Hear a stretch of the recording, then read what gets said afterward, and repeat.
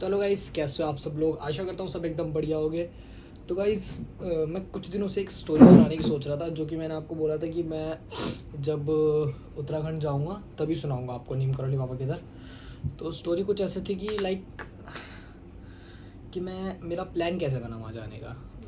मैं बहुत दिनों से ट्राई कर रहा था कि मैं बताऊँ बट पता नहीं कैसे कुछ हो ही नहीं पा रहा था कि हाँ बताऊँ स्टोरी। बट मेरे को आज लगा कि हाँ, आज ये स्टोरी बतानी चाहिए। तो स्टार्ट कुछ यहाँ से करते हैं कि भाई, हम लोग का प्लान बना था 1 महीने पहले कि भाई कहीं घूमने जाएंगे। तो मैंने भी बोल दिया ठीक है भाई, चल लेंगे घूमने, कोई दिक्कत नहीं है। फिर उसके बाद भाई क्या हुआ कि मेरे को लग रहा था कि भाई मेरे पास पैसे अरेंज हो जाएंगे कहीं ना कहीं से, क्योंकि 1-2 क्लाइंट्स को मैंने मैसेज कर रखा था कि हाँ मुझे पैसे की अर्जेंट ज़रूरत पड़ेगी तो मुझे भेज देना। उन्होंने बोला ठीक है, ओके। तो भाई जैसे ही 1 हफ़्ता बचा था ना जाने में, वैसे ही क्या हुआ कि एक क्लाइंट की पेमेंट अटक गई, और जो दूसरा क्लाइंट था उसने वर्क देना ही बंद कर दिया। मतलब उसके यहाँ से काम ही नहीं आ रहा कि काम क्या है, ऐसा हो गया था सीन, है ना।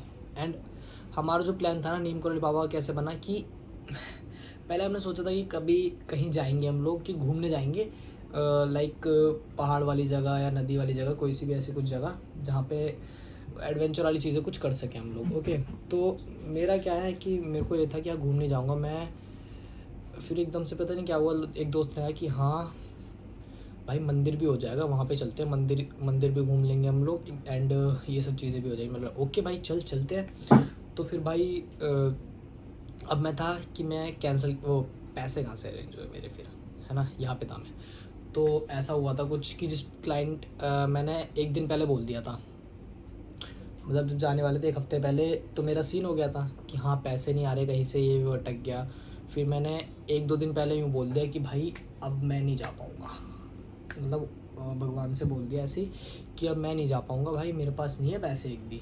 तो भाई कहते हैं ना कि हाँ जब बुलावा होता है तो सुन ही लेता है कोई कहीं ना कहीं से।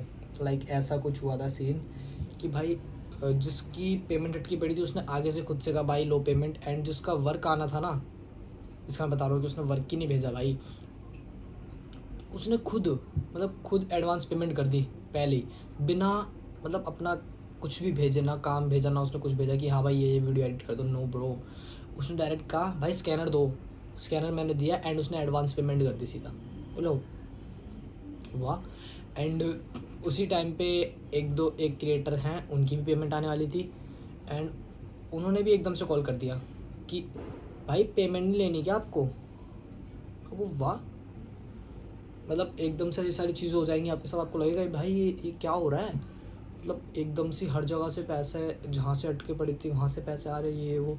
एंड भाई सबसे बड़ी बात जो मैं आपसे बताना चाहता हूँ, एक चीज़ थी, मतलब हमारे ग्रुप में है अजय भाई।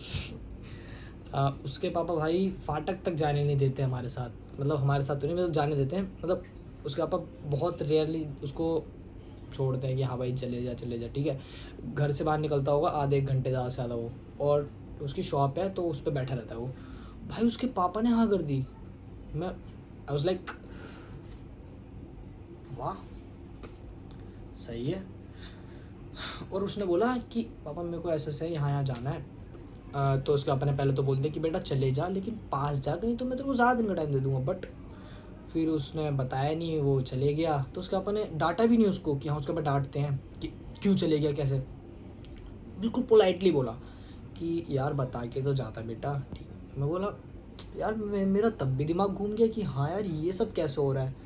फिर उसके बाद भाई ट्रिप हुई, वहाँ पे गए, लाइक वहाँ की स्टोरी भी बताता हूँ थोड़ी कुछ, मैं मेरे को याद है क्या हुआ था हमारे साथ सीन। मतलब हम लोगों ने दर्शन वगैरह कर लिए, हमारा बिल्कुल अच्छा बजट था, यहाँ से बजट बना के गए थे हम लोग कि हाँ 3,000 तक में घूम के आ जाएंगे। ओके, तो फिर भाई जैसे हम लोग वहाँ पहुँचे तो हम लोग निकल गए मुक्तेश्वर के पास, मतलब मुक्तेश्वर जाने के लिए, मुक्तेश्वर महाराज जी के यहाँ जाने के लिए 4 बजे।